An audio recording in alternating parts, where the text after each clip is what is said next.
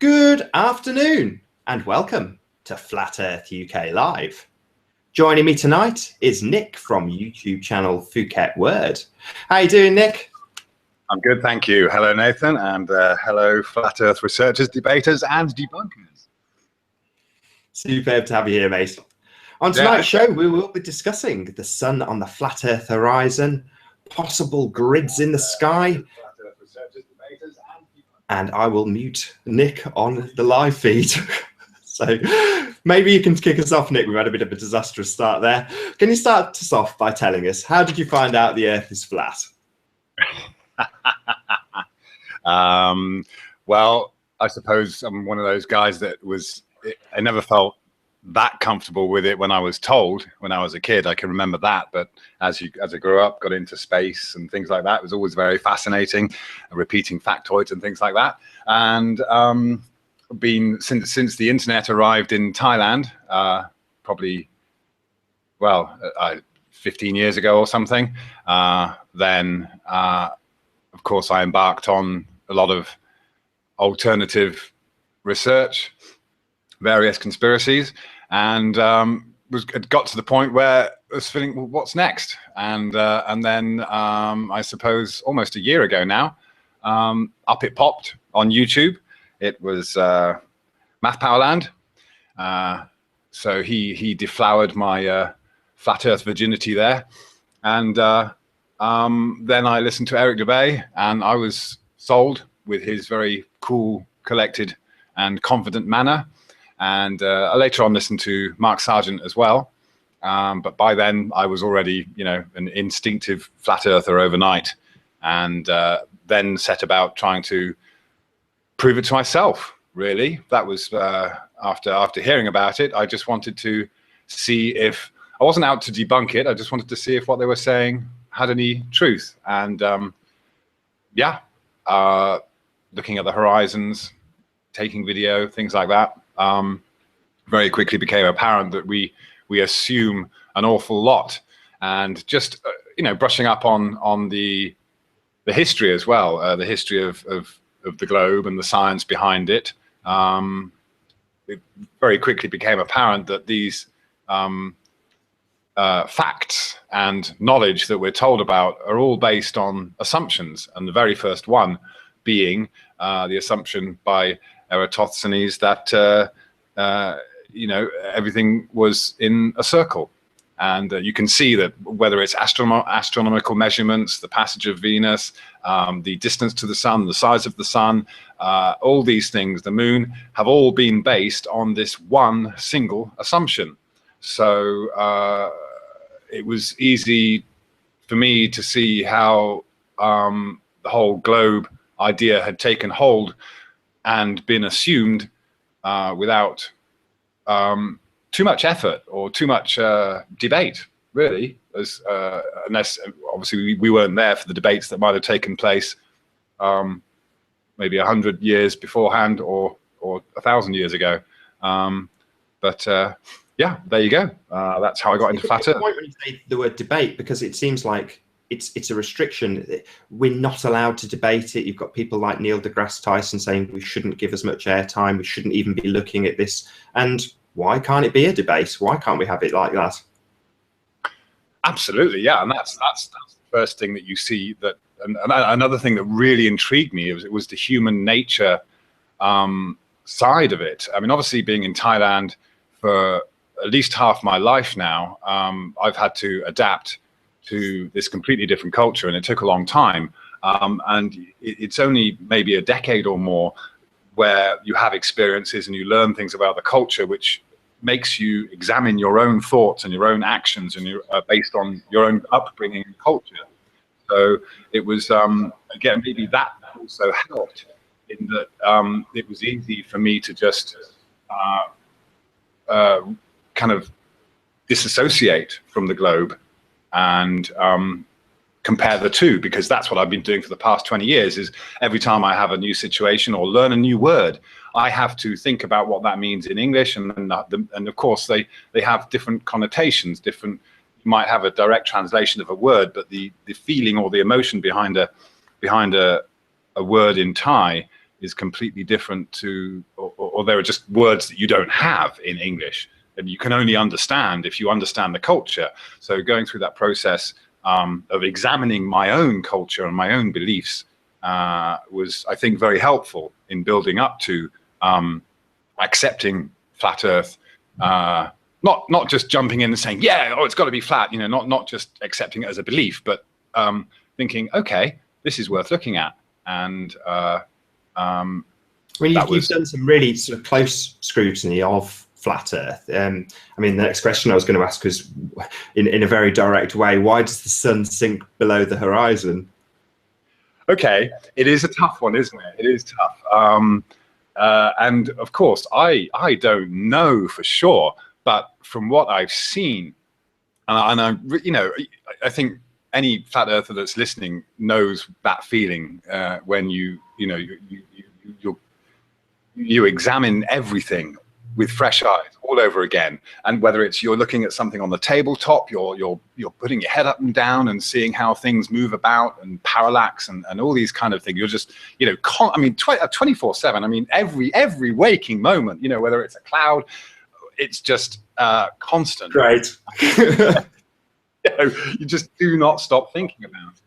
I'm sorry, I've forgotten the question though. Where I was going. What I want to get to is, in your most recent video, you've got a section in it which shows the sun in detail getting smaller, and from my experience, it's quite difficult to actually find a video that breaks that down in such great detail, but explains the reason why you end up with a sort of half circle going below the horizon line, which a lot of the debunkers will use as, look, we must be on a globe because there's the sun sinking below the horizon line. And you basically obliterate that with your most recent video, and I just want you to talk through it basically. Okay, great. I'm glad I'm really hoping it makes sense, because it does to me. Because the first thing I did was, I thought, well, I can't get up high.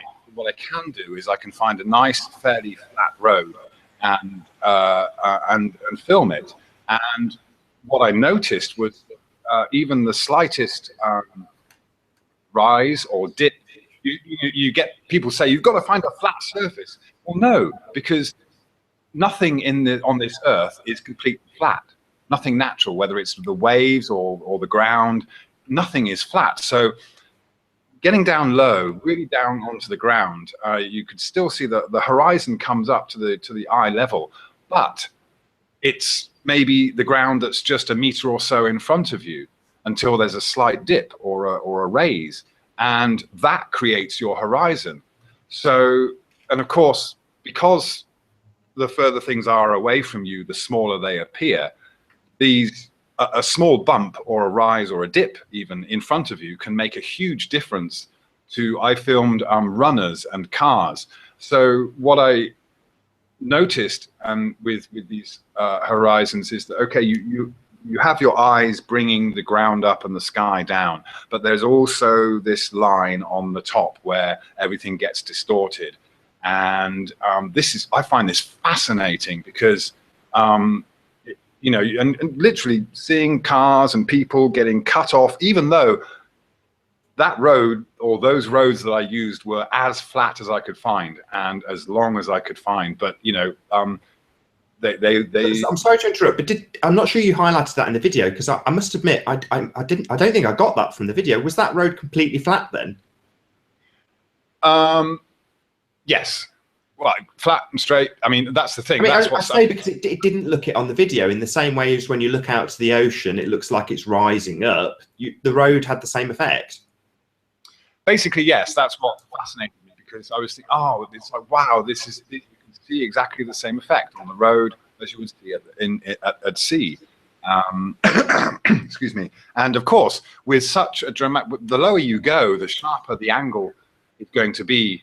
Or the closer your horizon is going to be. So it's quite dramatic. And I was fascinated by that. And of course, people would say, that's not a straight road, it's got a massive dip in it. And you know, like I said, it's never absolutely completely level or flat. But you know, literally a couple of centimeters will cut off the legs of someone 100 meters away, or the tires of a car. So this made sense straight away. that this is what's happening at the horizon. If this is happening 200 meters down the road, it's not because of a curve. And that, I remember, you know, that was the first thing. People, of course, people are so used to seeing this image of the globe and us looking at the globe, and the person is always stuck on the side of the globe. Well, the thing is, if you're on a circle, you're always on the top. But right from the start, with the globe and someone on the globe looking ahead is always pictured at an angle. And of course, their eyes are directed at this bulge. So this is something that a lot of people just can't even get past. They just think you're seeing the bulge, but there is no bulge because you're always on the top. Quite right. I mean, there's a lot of people who are currently analysing the way you measure curve and calling it a wall, and it's hard to kind of explain verbally that, like you say, you're not looking down at an angle at the ball, you're always looking out. So you're going to see that massive drop off at 8 inches per mile squared based on the way the heliocentric model places you, always at the top.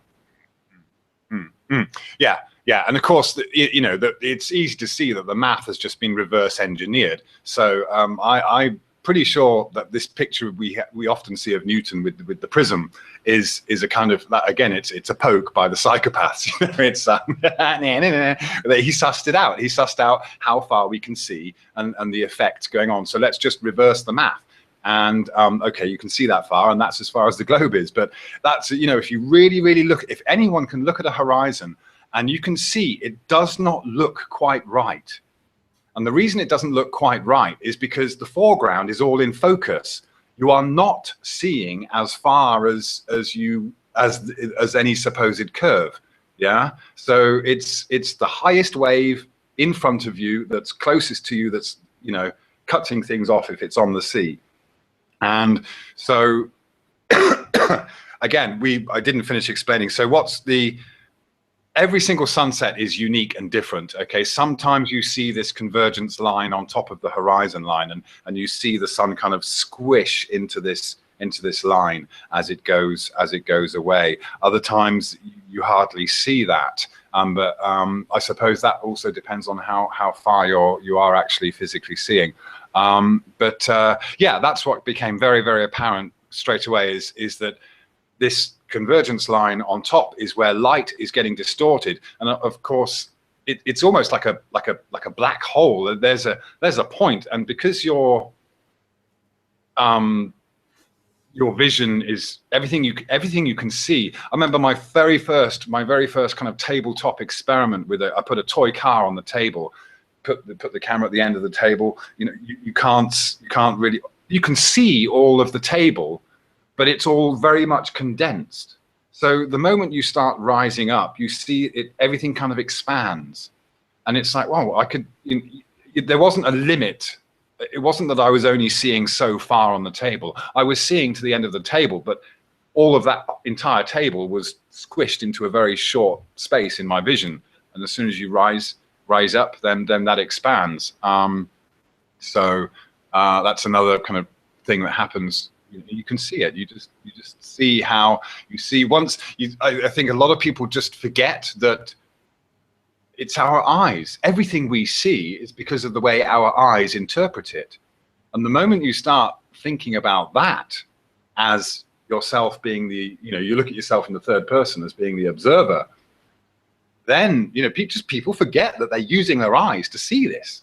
And then so if you can kind of externalize that, and things start to make sense a little bit more.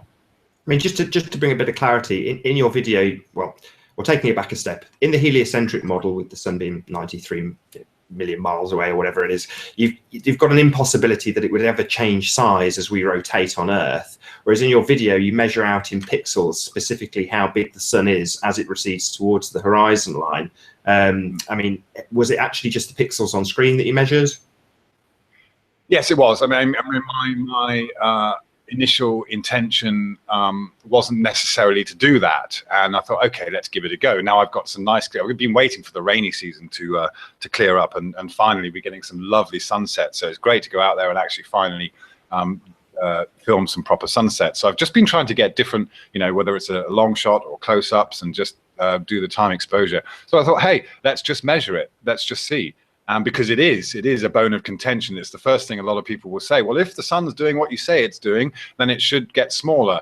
It does. But yeah, and it does. So I don't think that's a really. It's an okay way to measure it. I mean, the camera didn't move. I didn't change the zoom. There are now several videos that show this in in a much more obvious way. It's just nice that when you're addressing a slightly different topic, you still address the fact that the sun does recede. It does get smaller as it goes away from you, because it is literally traveling away from you. We're not spinning around as it stays at a fixed point. Right. Yeah. I mean, the other thing you've been doing for a really long time is examining the sunspots. I remember one of your first comments on one of my videos was about them. And without taking the wind out of your sails, do you want to tell us a little bit about that? Okay. Well, again, actually, that was the one. Well, I bought some glass, welders lens, and my original intention then was to measure the sun, but it was just too difficult to do, because I was trying to do it. It was just awkward. But going to the beach has been a lot easier to do it. Anyway. It just came up. There's a sunspot, and I thought, oh, okay, great. I've obviously seen sunspots before when I was a kid. Sometimes I'd seen them in the UK just with the naked eye. I didn't know that. You can actually see sunspots. I know you shouldn't be staring at the sun at all, but can you explain that? That's new to me. Well, I remember my dad pointing it out when I was a kid. Oh, look, and it was obviously. I think the sun is obviously not so intense in the UK, and I do remember them being pointed out to me, and you could see them with the naked eye at that point. But I hadn't really examined them until recently. But so basically, when I saw these. I think it was a pair of sunspots, at least, and this was first thing in the morning, because I'd gotten into the habit of, getting outside and filming, just observing a lot more of what's going on. And so from, I think it was 7 or 8 o'clock in the morning, there was a sunspot, and I just kept going back every hour, because I was also just tracking the sun. Let's see where it goes, but every hour. Those sunspots remained in exactly the same place, and that was interesting. It was a note to take, and I look out to the east as the sun comes towards me, and it really does, to me, it really does look like that, because I'm near the equator. It literally appears to come towards me, just like an aircraft would come towards me. I know it's not quite the same in the UK. It kind of arcs from the kind of southeast, doesn't it? You see it arc across the sky. For somebody who has absolutely no idea what that means, what does it actually demonstrate that the sunspots didn't move? Okay, I did obviously looking at what sunspots are supposed to do, and the sun is supposed to rotate, and we are told it rotates at a rate of about 1 revolution per month. And the sunspots are said to move across the sun. So that was and that was strange in my eyes. That the understanding was that somehow these sunspots should be moving across the sun throughout the day. So I filmed from 8 in the morning until 3 or 4 in the evening, and basically the sunspots had remained in precisely the same place. And this is. I think there was a pair of sunspots on the edge, and there was one on the other side. When I looked after the sun had gone overhead, everything flips. So the sunspots that were at the top of the sun when I was in the morning, as soon as I turned around to look and follow it go off to the west, and those sunspots were on the bottom. So of course this just immediately felt like it was something going overhead, rather than because of the Earth spinning. So but then I had to look at that some more, and this was an argument presented to me by globe heads that, well, of course, that's what would happen to the sunspots because you turned around and you changed your perspective. Okay, fine. I knew I didn't have really solid proof. But going back to the UK recently was an excellent chance to look at the sun and see what happened to sunspots in the UK. So I filmed them about 3 or 4 times here, always the same. The sunspots will remain in exactly the same place on the sun throughout the day, apart from the perspective changing and them appearing to flip to the other side just because I've had to turn around and look from a different angle. But in the UK, what I noticed was the sunspots were rotating, going clockwise.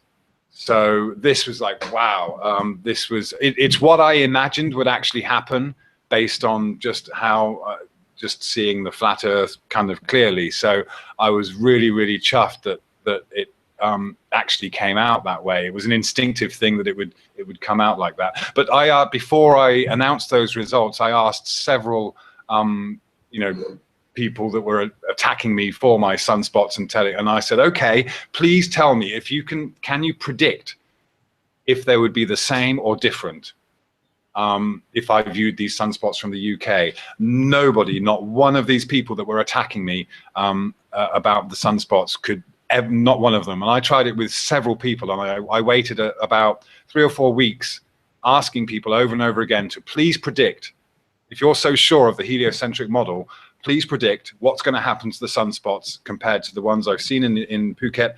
How different, will they be different or will they be the same in the UK? And nobody could answer it in that way. So, and recently a guy called Bo, he did, I can't remember the YouTube name he goes by, but he did one where he put the iPhone on the floor and watched someone walking away. Really good, really good thing on illustration of how the sun disappears, horizons, etc. But he's been doing the same. He's been filming the sun from California and seeing exactly the same thing. And of course, the main thing here is that the moon does exactly the same thing. I watch, and again, the sun comes along and then the moon comes along, follows pretty much the same path. And every month the moon gets closer and closer, and you get the new moon, and it just absolutely perfectly fits with the flat Earth model. But again, what happens with the moon is the moon comes straight at me, and the only way I can describe it is you've got the bunny rabbit with the rabbit ears. Yeah, they're always it always looks the same. The rabbit is always sitting up straight with its ears up in the air as the moon comes towards me. As soon as it's gone over my head and I'm facing west to watch the moon, the whole thing has flipped upside down. So basically what I was able to observe is that the sun and the moon appear to behave in exactly the same way right here in Phuket. And of course, again, what I was testing in the UK was, does the moon rotate as it goes across the sky? And it does. So the sun and the moon, they remain fixed for me here and flip after they've gone overhead. In the UK, they rotate. Both of them rotate in a clockwise direction. So for me, that's it. This is a smoking gun. The sun and the moon are very similar. They're at similar heights, following a similar path. You cannot put it does not fit. You cannot put your heliocentric model. It just doesn't. It's observation that is always the same, and it's been repeated across the world. And I've even got someone who's south of the equator now who's going to start doing it. Someone in Bali, actually. Hopefully I'm not sure exactly where they are. So that will at least be another confirmation, I'm sure. Absolutely, I encourage everyone, go out and measure the sun, film it, do the moon, because they will find the same results. I'm so confident. There's no trickery. The nicest thing about flat Earth is that you put it down to realization. There's lots of things that people will question throughout their daily life that doesn't make sense and dismiss it almost without giving it any second thought. And when you come to flat Earth, things like you're actually testing, it's almost like you're reaffirming your own observations that you've had your entire life. So things make sense because they make sense, if that makes sense. Yeah, definitely. Yeah, that is the mad feeling, isn't it, with the flat Earth? It's like, unlike any other conspiracy, you can go and check it yourself. You can do all the maths you want on paper, but that doesn't reflect reality. Go and look. And well, I might actually add at this point for anybody who's considering looking at the sun. I mean, for me, doing time lapses and stuff, I can actually in the morning and late evening or late afternoon, you can look at the sun with your naked eye for a short period of time. But I wouldn't recommend to anybody who watches this that they just start staring at the sun. I know you're doing your sunspot footage with is it a welding mask filter? Yes. But NASA recommends sun gazing. Funnily enough, I read up on it. I do. I've actually something I've done for a while anyway, just especially the morning sun. But obviously, okay, if you don't want to, go and get doctors' advice. Confirm for anybody who's watching this. I mean, most people have got a time-lapse camera on their phone, and it's a really easy thing to do to just monitor what the sun and the moon's behaviour is. And they're almost identical in their paths. I know that there is a slight difference in the speeds that they travel, but it's absolutely tiny. And in terms of the way they look, the size of them, they're basically the same. So to assume that one is, 236,000 miles away, and the other one's 96, million miles away, it's ridiculous to think that these two objects could be in any way the same in the way that they behave, and they're almost identical. Yeah, for sure, and that makes sense as well on a biological level, on everything that we see. I mean, this, everything has to have a positive and a negative. So I think the moon and the sun somehow do that. So again, measuring. I remember Eric Dubay pointing out in one of his interviews that moonlight is cold, and I'm like, wow, okay, let's test that one. And the results are kind of, it's. They're not, you don't get massive differences, but you do get a difference every time. You get consistent results in that on a windless, a moonlit night, you will get colder in the moonlight. And obviously lots of other people have been testing it and getting, I think you probably get more extreme results in possibly in a colder climate. I don't know, it's difficult to say. But I was getting results of between 1 and 2 degrees difference from moonlight and moon shade, which isn't much, but it was consistent. And I did that several times. And I did a control as well on a new moon where there was no moonlight, very erratic. You couldn't pin it down. So on the times, again, that was just another, okay, that was great, because a lot of the time you hear people say things, or flat earthers say things, and they've already thought about it. They've gone through the whole thought process, they've tested it, and they'll just say it, the moonlight's cold, and that's it. And then they're on to the next thing, and you're like, what how? And of course it can be said so nonchalantly that people just think you're just saying it for the hell of it, but no, it's true. It's true. Yeah, it's the same with the moon going literally the wrong way in the heliocentric model. I know. I never. That's, to be honest, I never could get my head around it. I hadn't thought about it or looked into it beforehand. But it never really made sense. The moon goes this way and it's only going around. No. And I think one of the things they say about the heliocentric model is that on a new moon is when you would actually see the backside of the moon. And that's the only, I mean, that's ridiculous. You just, it's just completely unsubstantiated. Yeah, none of it makes any sense. This is why, I can't remember who described it as like, I think it was Wakey Wake, he said it was like a paper mache, and you've only got to poke a little bit and you see straight through it. Yeah, and that's the other thing, isn't it? When you there's not only are the kind of flat earth proofs actually real, the more you look at it, say the heliocentric model is really just hanging by a thread, with the ball hanging by a thread. Yeah, we've touched on some of the realities of the flat model and some of the total nonsense that's in the heliocentric model, but you're catching some of the most exciting anomalies. Can you tell us about what you captured on one of your recent photographs? The sky grid, yes. Yeah, I was absolutely blown away. I cannot put across how freaked out I was to see that. I was taking some time exposure shots with another camera, and I was just messing about with my video camera. I often try and look at stars, and I really don't get that clear a shot. So I wasn't really that bothered, but I was just messing around while my still camera was taking its time exposure shots. And it was a new moon, so there was no moonlight, and I'd chosen a place kind of just down the road from me where there was no light pollution, nothing obstructing me in the sky, no telegraph wires or anything like that. And it was completely by accident. And I didn't see it until afterwards, until looking back through the footage. And I've looked at it again and again, and I've had the camera for several years, and I use it every day, constantly, for work and obviously Earth research and just, you know, family stuff.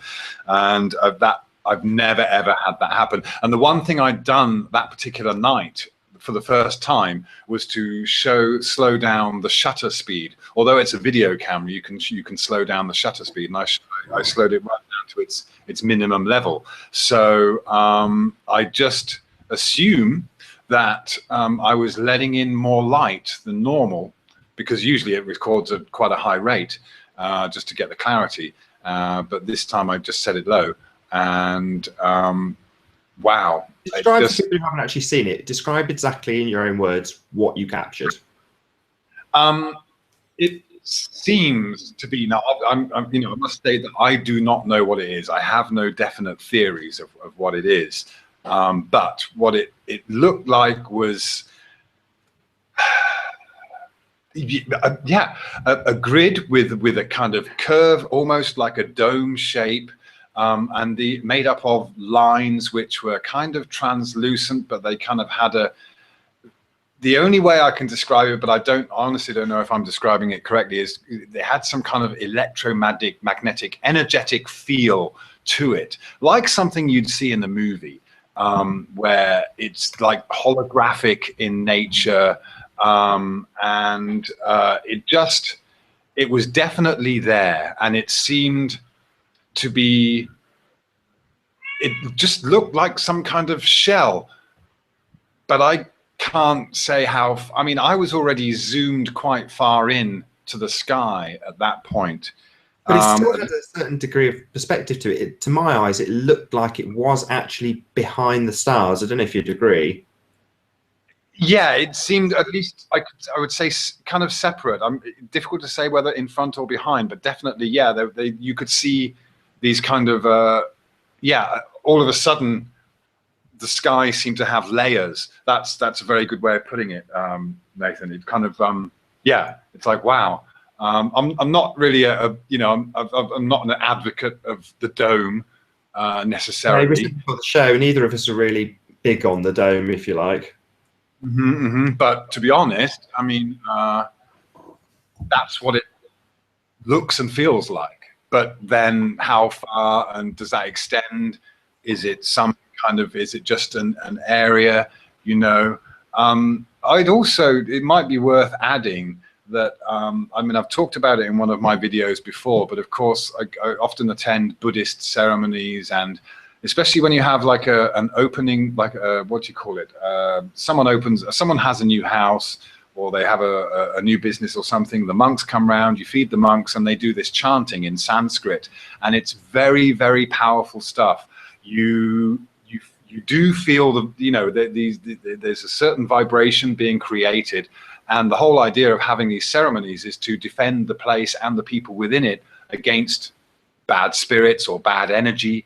And you really do get this sense that this kind of protective layer is being put in a vibrational kind of, it's being locked down vibrationally. And Phuket itself has a lot of deep history. That, I mean, right where I am now, a lot of people have died, and it's been a big battle zone when the Burmese invaded here. Phuket had a very deep history in that respect. And I'm just saying that because who knows if that's maybe some kind of vibrational thing there, this grid in the sky. I really don't know. I mean, it would certainly tie into lots of, you know, parts of the electromagnetic theory. So it's a great photo. Obviously, it's like anything with the lunar wave. As soon as you get a few more people publishing it, it lends more credence to it. But you did touch on DMT releases. Can you talk us through that? Yeah, basically, the people that have been able to see this, a similar thing. I had some comments from people that have actually seen it with their naked eye when they've been on LSD or usually more natural psychedelics. That seemed to be something that people often see, or they might have just been able to see it since they were a kid. Or if they saw it once when they had an experience, or took a trip, they can then they are then able to see it again. So it was interesting and curious that a lot of people do have seen this. But it's did you actually have anybody give a specific account of them seeing it as a child?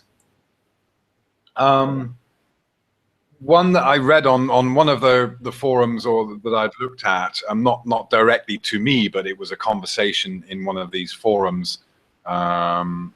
Yeah. I mean, the only reason I bring it up is because it's to me quite interesting, because I know with hearing, I know we're talking in context of vibrations, but in terms of hearing, as you get older, your sort of the frequency response of your hearing drops as you get older. The fine hairs inside your ear that vibrate will literally drop out, the finer ones, and they get worse and worse. You lose more and more of them as you get older, and you can hear less and less of the higher frequencies. I'm sure there's kid alarms that they now use on some of the London shops. They'll literally have these child alarms that play a pitch that, you know, anybody under 16 can hear, and the little sods hear it, and it's really irritating, so they all disappear. But yeah, in other words, it would tie in nicely, if it is a vibrational phenomenon, that children may be more perceptible or perceptive to it. Does that make sense? Yes, definitely, because they're not, you know, they're not clouded by any. Yeah, definitely. I was one of those kids that would hear high-pitched sounds sometimes, that other people couldn't hear. I'm musical. I make music, so that might have something to do with it. But definitely, there's loads of interesting things that go on with sound. I mean, you probably realize I'm quite into hi-fi, but even if you ignore your actual audible range that you can pick up on, as hi-fi equipment scales up in quality, often they will go into frequency ranges that it's impossible for any human to hear. But the realism of the sound is often miles more superior to one that doesn't do that, because your body will physically pick up on these vibrations and it lends to the realism, even though you can't actually hear them. So there's quite a lot tied into sensing vibrations over actually hearing them, and many people don't actually understand that principle, if that makes sense. Oh, it does, totally, because sometimes I'm commissioned to make spa music, and I will put note tones of certain frequencies into the music. You can't hear it, but it makes you feel good. Yeah. I mean, an easy example is probably to go the other way. Instead of talking about higher frequencies, is to talk about lower frequencies, because most people understand subsonic frequencies, which are well below your hearing range and will make your trousers shake. And that's a much easier way of sort of explaining that principle. You don't hear it, but you definitely sense it. Yeah, that's right. There's a fascinating story of this. I can't remember her name. She's a percussionist, but she's deaf percussionist. She even teaches. She just picks it all up. And yeah, I've seen that a few times. Yeah, exactly. Yeah. So moving on a little bit, Nick, if that's okay with you, to a slightly different grid.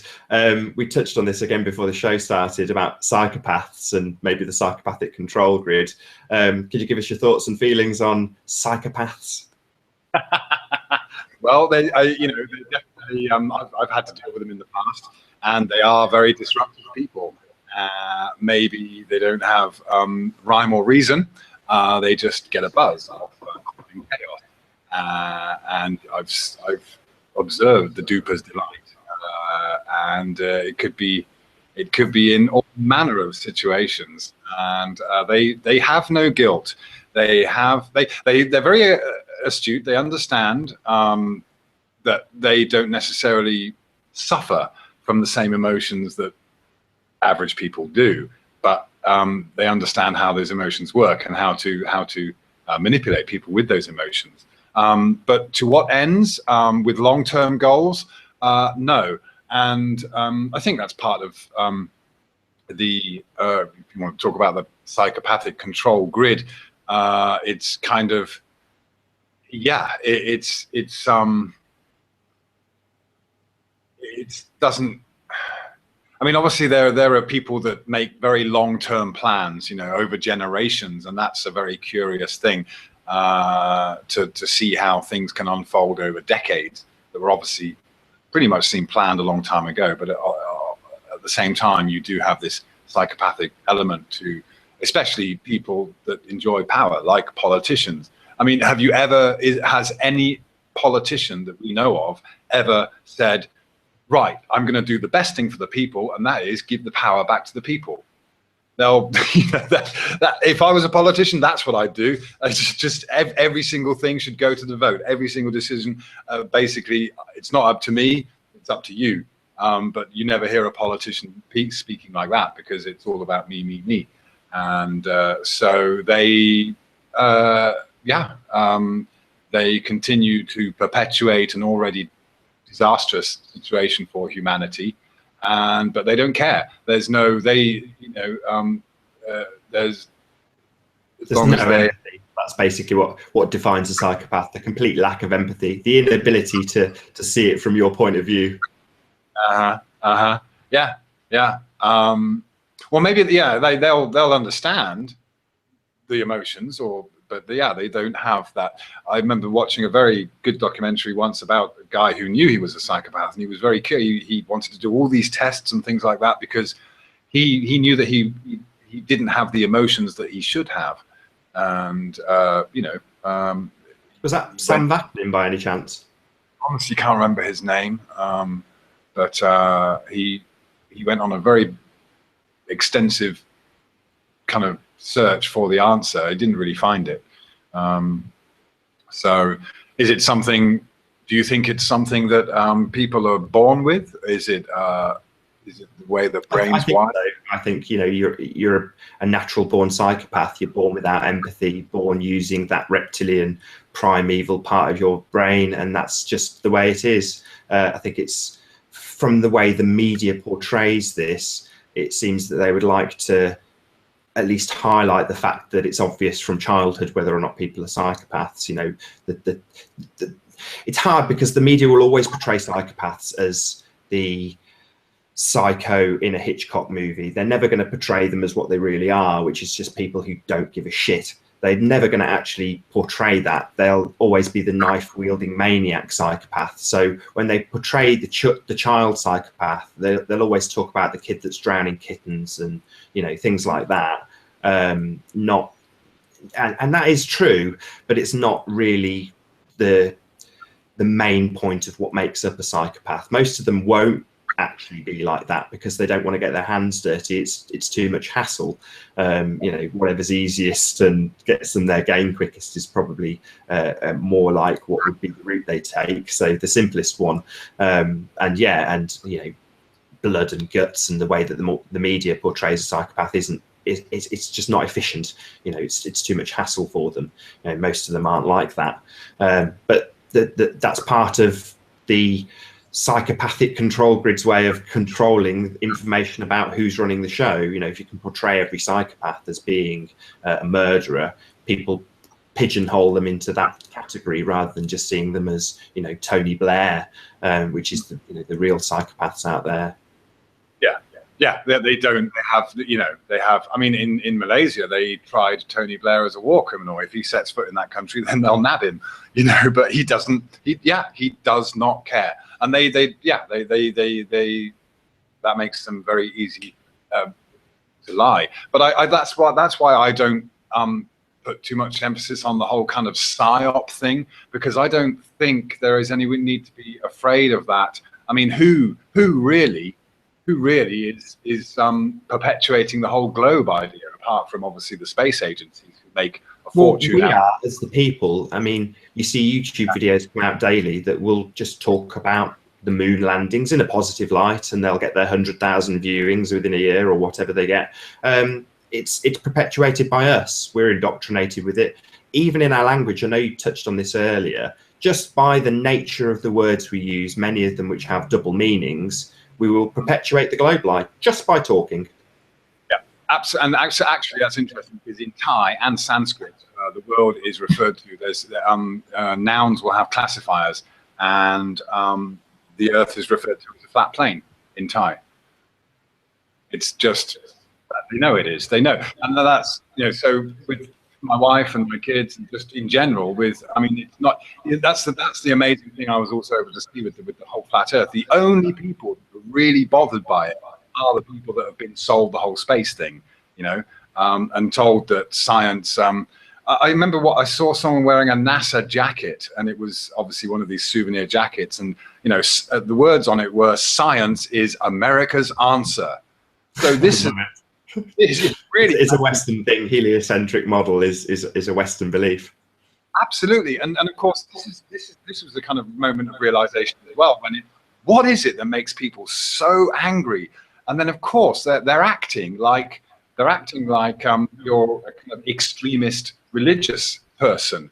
Well, oh, hang on a minute. Oh, I see. Okay, the whole globe thing, it's a religion. The globe is a religious symbol. And then that was a moment of clarity as well. It's just, wow, there you go. That's part of that programming, is to ridicule flat earth, to ridicule the truth. That's part of the programming.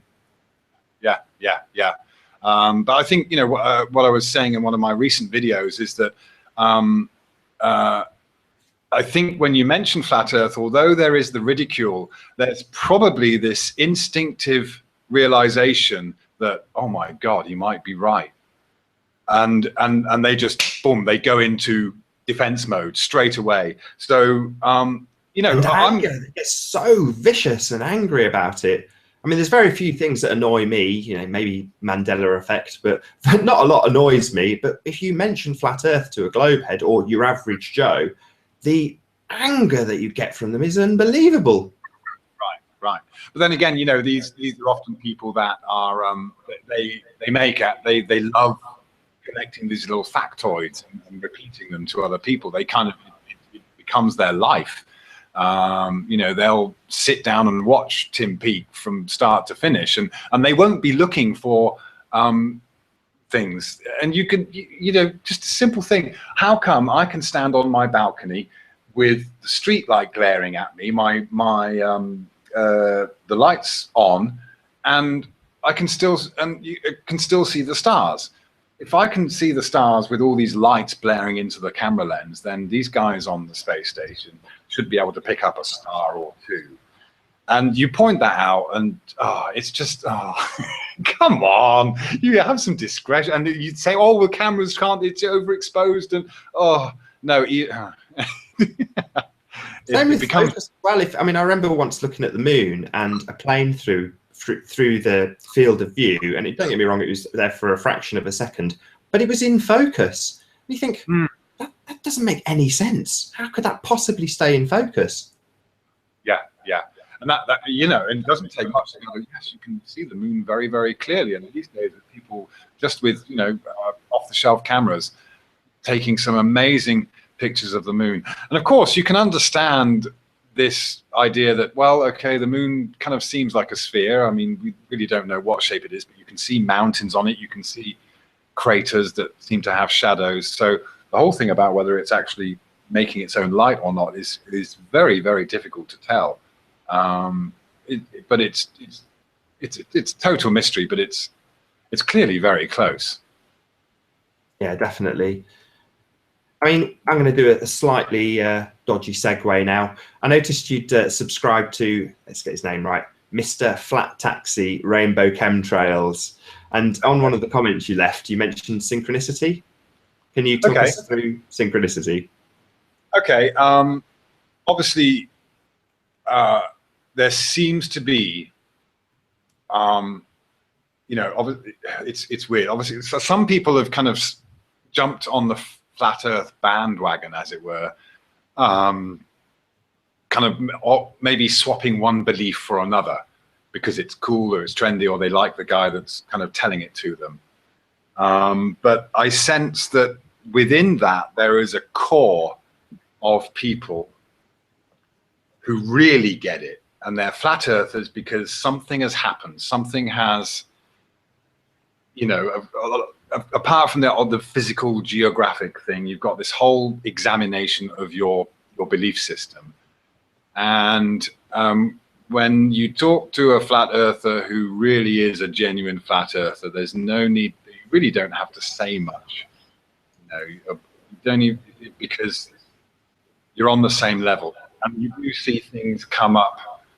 Okay, just on a personal level, when I started getting into it, of course, you get these kind of periods of paranoia. You know you're dealing with a taboo subject, and then you get these flashes of, oh my God, am I just getting carried away with some ridiculous thing here? I'm not a Christian per se. I'm not a Buddhist. I don't really follow any particular religion, but try to be, spiritual. And I believe there's obviously some connection between all of us and everything. But that doesn't mean that we have to be the same. It just depends whether you tune into it or not. But I did ask in my own way, the higher consciousness, the higher intelligence, if you like, God, if you really want to say it that way. I'd said, look, am I going in the right direction? Just give me some signs. And then these things started happening, whether it was the sunspots, the grid.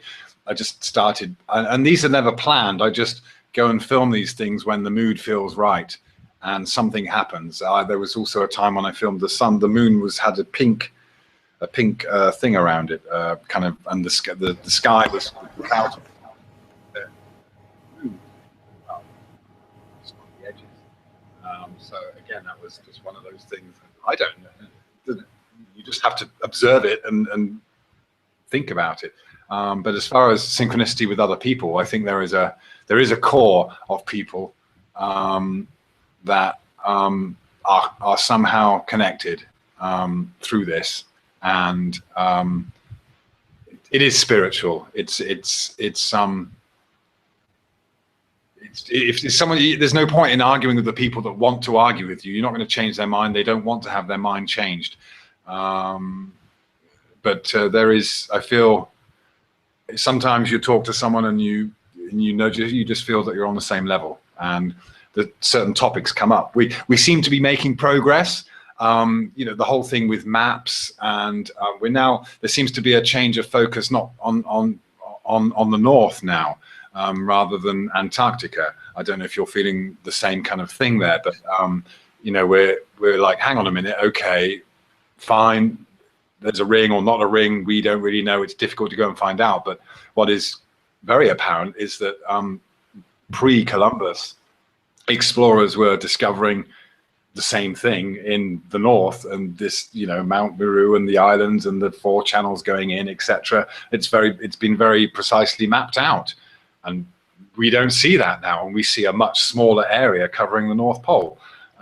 So that, I feel as if progress has been made, because there are no flat earthers that are the really genuine. It's great to listen to some of the guys that have been doing it a long time, and they'll talk to each other, and they've got their different ideas, but they don't argue about it. They're not saying I'm right, you're wrong. They're just exploring, because there's this understanding that we know very, very little. All we know that it's not a spinning ball, so the rest is up to us. We've got to find out.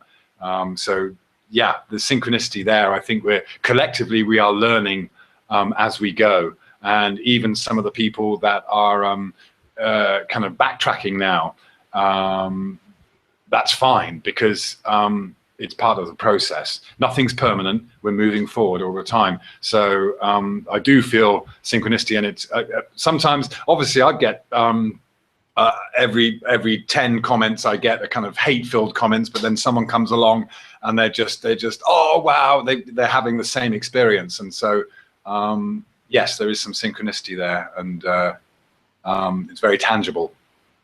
I mean, to round out this topic, if you were to explain to somebody who's not on the same level, if somebody's just literally turned on, they're watching this and have no notion of flat Earth, how do you explain to them what I would call the simple notion of the celestial bodies moving above us? How do you explain that to somebody who believes we live on a globe?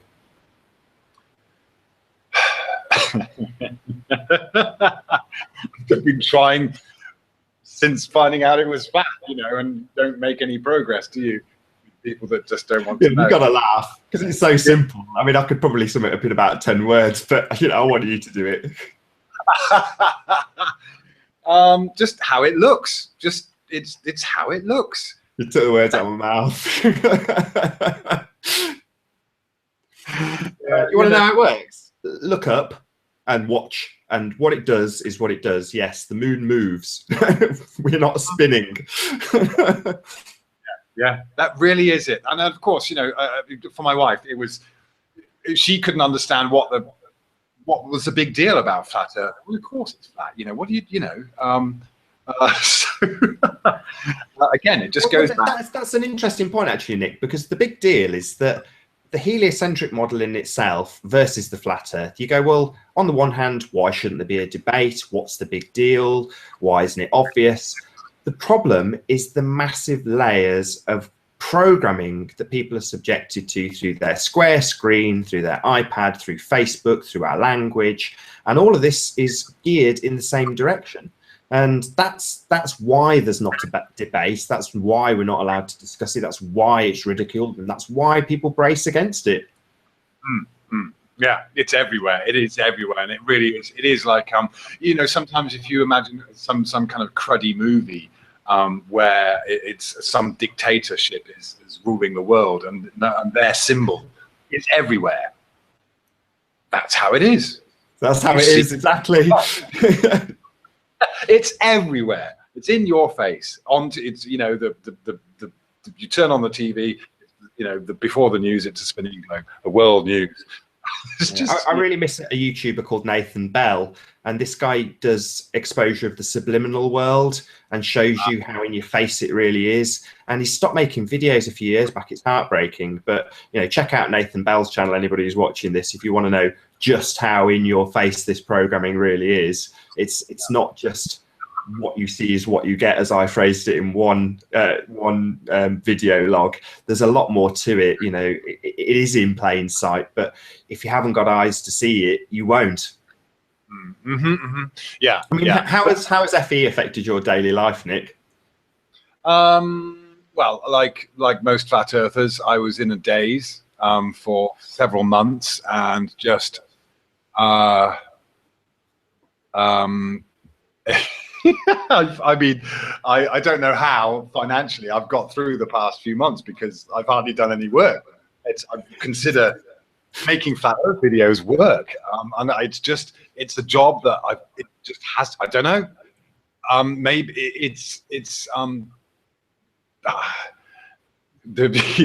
God works in mysterious ways. It's obviously something that I feel has to be done. I'm in a position where I can film the sun and things like that. So I'm a flat earth addict, but that doesn't mean that I am necessarily out to prove that it's flat.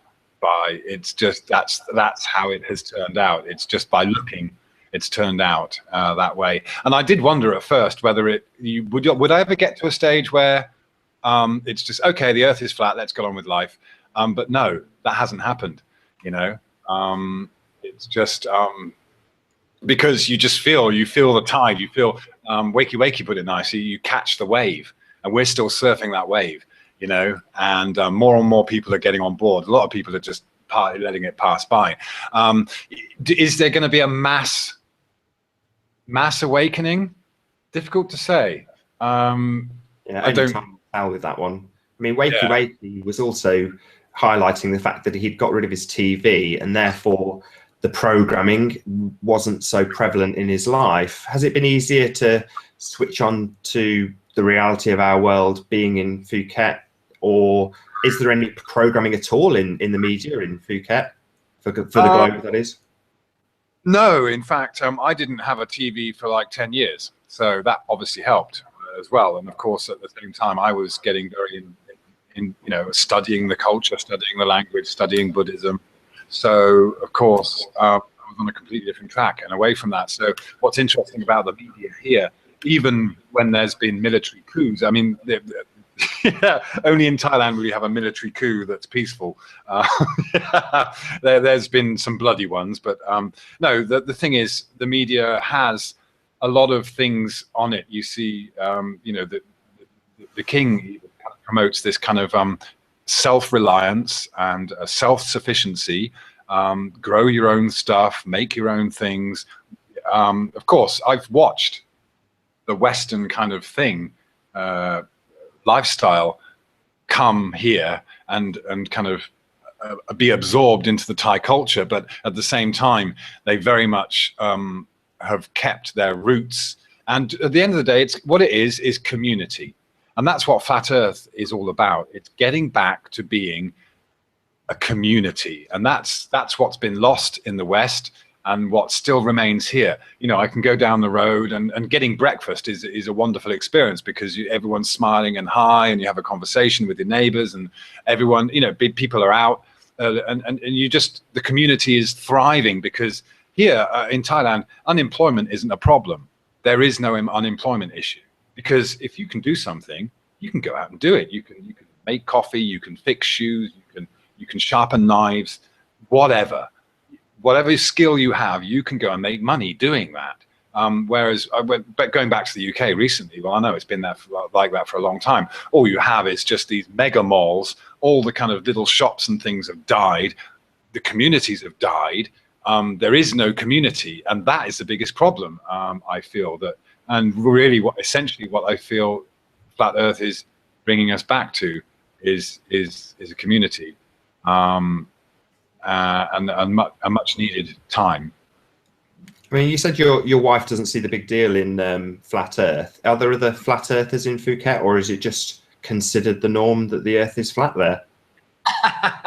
Well, I suppose the thing is, it's just not something to be concerned about. It's not. Again, the globe Earth, again, being a whole religious thing, because it ties into being the answer to the meaning of life. Is basically, it was one cosmic accident and you're here by mistake, and it's all blah blah blah. But are there other Flat Earthers in Phuket? I've met one or two others who, they're foreigners, they're expats, and they've got a Flat Earth buzz. But again, if I talk to the coffee guy, the Muslim coffee guy, well, yeah, it's flat.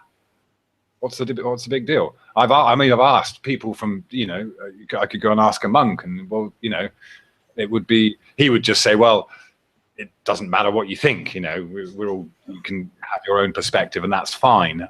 It wouldn't really have, there would be no importance placed on it being an answer to why we're here. So basically, I suppose you could say that, well, most Thais or Buddhists or Muslims they're Flat Earthers anyway. There's no debate. So where we are has nothing to do with the why we're here.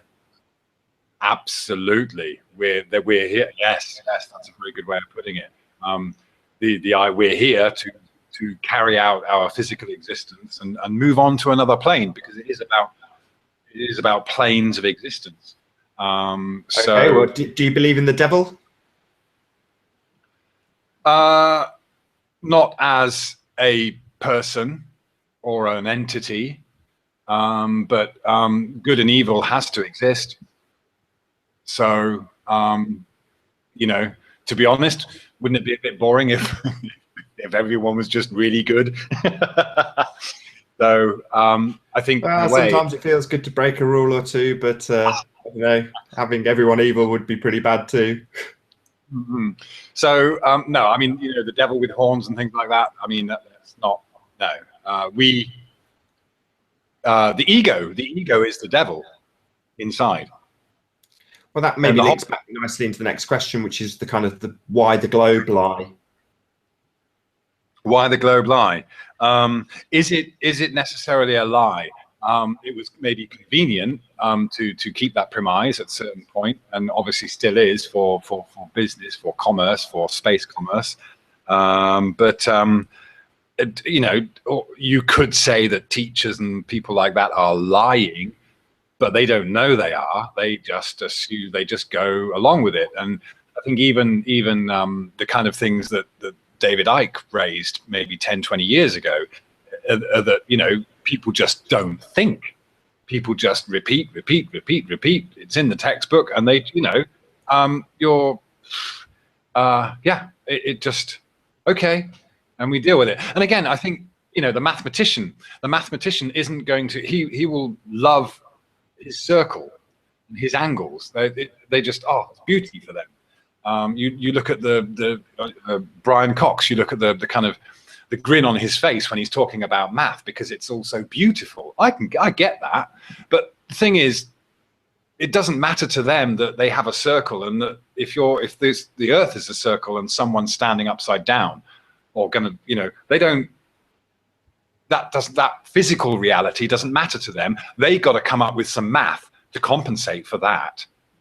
But rather than saying, hang on a minute, you know, so I can see that's where the problem lies.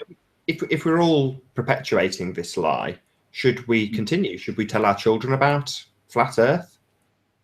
It's a tough one, isn't it? I've got kids, and so far I've tried to say, well, look, there's many different ways you can look at it, make up your own mind. And I remember my daughter asking me about the sun. Why does the sun seem to follow us? We're driving along in the car, and, you know,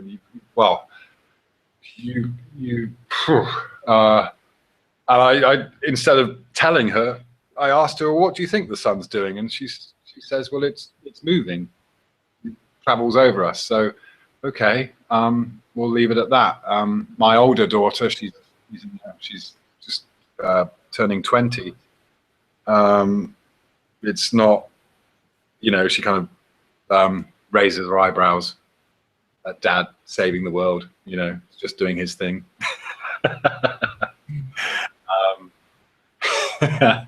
So one of the things you did recently was openly come out against Thomas Sheridan in his anti-flat Earth Yule special, and a couple of other velocities of now that he did. Why do you think people create crazy notions like psyops about flat Earth? Do you mean you're saying that people have? Well, to break it down very specifically, Thomas Sheridan said that the flat Earth movement has nothing to do with the fact and obvious nature of the Earth being flat, and everything to do with the CIA trying to discredit NASA, which is ridiculous. But why do you think people do that? Why do I think people perpetuate the well, it's a belief thing, isn't it? It's a kind of ultimately the reason I responded to Thomas Sheridan was simply because it felt to me as if what it was his preconceived belief that was preventing him. You know, I was so surprised that someone would connect all the dots like he does, and I think I've seen that with a couple of other prominent people where, you know, and when flat Earth came along, it's like, oh well, of course all the other conspiracies go under the under the globe Earth kind of conspiracy umbrella. It all makes sense. But then to listen to someone who makes sense in all these other aspects of conspiracy theories, but then doesn't make that final connection because of a preconceived belief. So I felt that it came down to that. It wasn't, you know, there was there was a belief getting in the way of the logic. Yeah, so frustrating, because even in his analysis of flat Earth as a psyop, I agreed with most of the notions when they were applied to the globe. You know, he was, for instance, he said that you'd have to spend a huge amount of money to perpetuate this flat Earth lie. And I thought, they spend a huge amount of money perpetuating the globe lie. Yeah, absolutely, absolutely, and I think that's what astounds people the most, isn't it? You know, and you know, oh well, everyone would have to be in on it, but it's easy. What's the word? Compartmentalization. You know, it's people make screws or they make latches or something for the space station. They never see where it goes. And of course, when they make something for space, they make 2 or 3 of them. They make one that they're going to keep on the ground. They make one that they're going to test out, and this and that and the other. But so no one would be any the wiser. Even and you know, you see these guys pumping the air. The SpaceX thing recently was a weird one as well. I mean, it's just these guys are so overjoyed and that they think they've pulled something off, and they truly believe they're sending things up into space. Definitely. Yeah, it's not like they're barefaced lying at us. Nobody's that good at lying. Yeah, and that's the best way, isn't it? Just allow people to convince. You know, if someone's already convinced, that why change their minds? You know, just let them go with it. And I think you made a good point earlier that that's the thing, isn't it? We've just gone with it, and all of us are as guilty as the people that started it off in the first place, of just accepting it without questioning it. And of course, again, I suppose, I'm sure most flat earthers are people that have been investigating conspiracy theories, and there's some that they agree with or don't, but they've at least been open to it and realized that there is a control grid, and the world is pretty much run by psychopaths, but and we allow it. And you know, we're not going to change things by voting for people, for example. I mean, it's just ridiculous. But then you know, you see people. I think John LeBon's recently touched on false dichotomies, and he used the perfect example, which is the voting system, as a false dichotomy. You know, give people 2 rubbish choices and let them fight out amongst themselves which are the rubbish choices they're going to pick. Yeah, it's not so obvious in the UK, but in the US, when you see the same families running, it's just like, hello. You know, it's just, oh, yeah, it's sickening. It's just, it really is, because, yeah, and that's quite frightening as well when you know, although, you know, when within the flat Earth community, you can see a lot of changes taking place. You can see the whole thing taking on quite like a snowball effect. But then you go and look at people, kind of the amount of people still very much locked in to everything, and defending increasing taxes, defending retirement ages going up. I mean, they were putting the retirement age up in the UK, aren't they? Up to, yeah. So I mean, it's just, I don't know. I don't pay attention to that. Well, this is it. But people just put up with it. You know, I think women now have to work until they're 65, so they've jumped up by 5 years, and for the men, it's going up incrementally, year by year.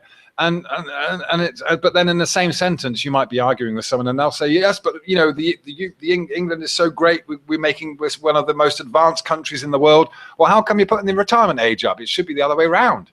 And people, they're just, it's so, and it is the mainstream media, the TV. You wake up, you put the radio on in the car or the TV, and it's constantly there. And of course, and the whole thing's run by psychopaths. I mean, I know Jaron's recently done a piece on the Hampstead kids, and one of the comments I picked up on while I was watching it was he questioned, how could someone possibly do this? You know, it's a deep topic. It's talking about murdering babies. It's not for the faint of heart.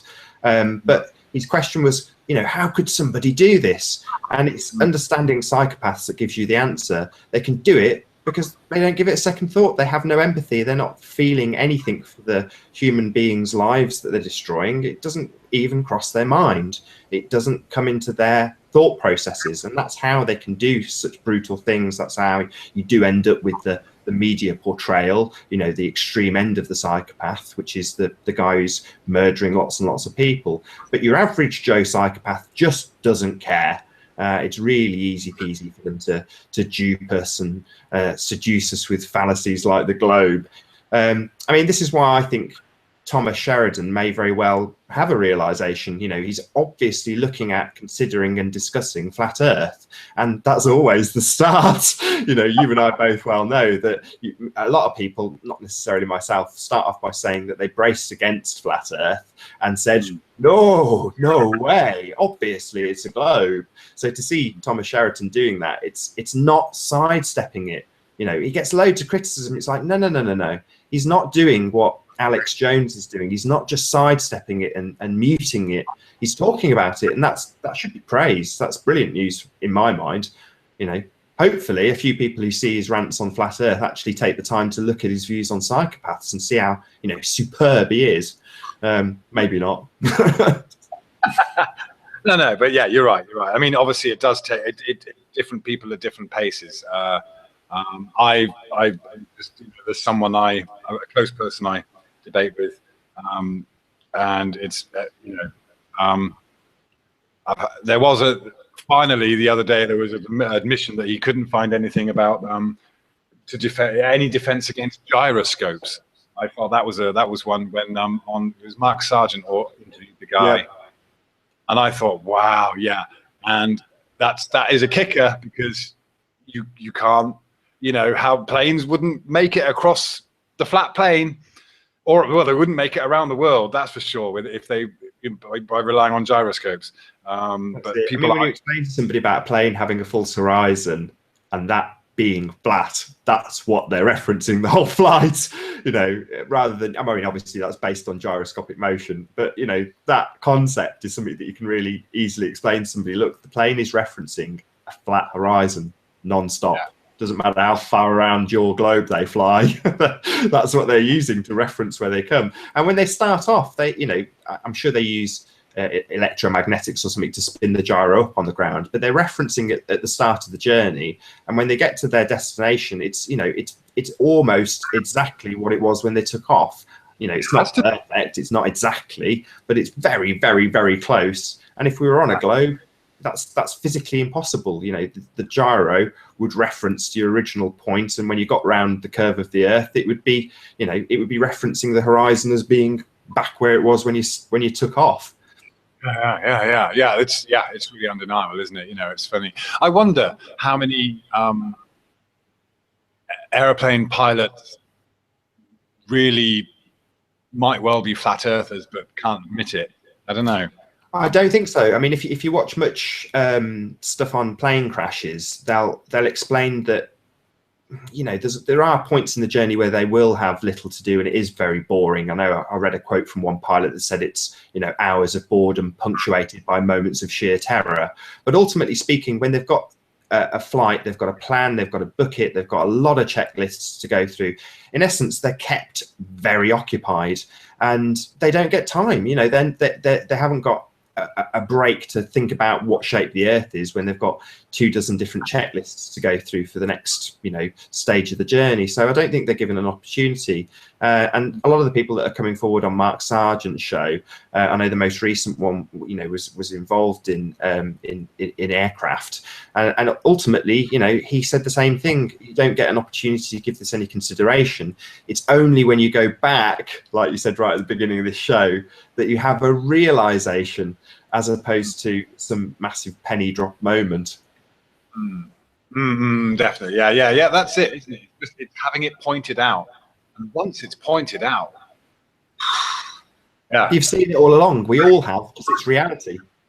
Yeah. And even those defenders of the globe, they know it. They sense it. It's they immediately put up the defenses because they can straight away. And that's why, you know, you can have a conversation with someone who's not a flat earther, and they can be open. And well, you know, I still believe it's a globe, but cool. And it's fine. But then you get the others that will just fight tooth and nail, argue, and it gets to the point where you can even ask them to talk about or admit to or just something that we do see that is completely, then they will won't go there because they know it's a slippery slope. Yeah. Everything within the heliocentric model is based on an assumption, and in some of Math Powerland's recent videos, he's been doing a superb job of just boiling it down to one statement, which is there is no curve. Okay, yeah. We've never seen it. It's always been assumed. Yeah, absolutely. And it's funny. It is funny now to think of it spinning around at 1,000 miles an hour and all that. Oh, I totally agree. That's why I've always got such a big smile. It does crack me up. It's just ludicrous. What about a laugh? You have. Yeah, Nick, you've been an absolutely superb guest. Was there anything you wanted to add before we wrap it up? No, we've covered a lot of topics. It's been great, you know. It's you know, we've got to be flat earth monks. We've got to be peaceful. The whole point is to be peaceful. You know, all the core flat earthers, the genuine flat earthers, what they found is peace and an understanding that we've got to get back together as a community. And you can just take that as a guide, and we got to, you know, maybe just let's start taking action. Let's start. We don't necessarily have to prove that the Earth is a globe, but it's all about reconnecting with nature, isn't it? And reconnecting with each other. And it's desperately needed. With ourselves, you know, using what God gave us, using our own eyes, using our own senses, not trusting what the TV tells us. So, yeah, turn off the bloody TV. That's my final word. Turn off the TV. Yeah, I mean, I think that's a very good point. I mean, I lost interest in TV when I got rid of it after college because I couldn't afford it. Never really went back to it. And I think that, like Wakey said, has a huge part to play. That if you're constantly being subjected to globe programming, you will accept the globe. Yeah. That's right. And yeah, it's all about keeping up with the Joneses and not standing out, isn't it? And you see that conformity more and more. You know, in times gone by, uniqueness was celebrated, but not anymore. Everyone wants to be the same. Definitely. Nick from Phuket Word, thank you very much for being on Flat Earth UK Live. Thank you very much for having me, Nathan. It's been a wonderful chat. It's been a pleasure having you. So all of you who've been chatting away nicely in the live chat, thank you very much for tuning into Flat Earth UK Live. I've been Nathan Oakley.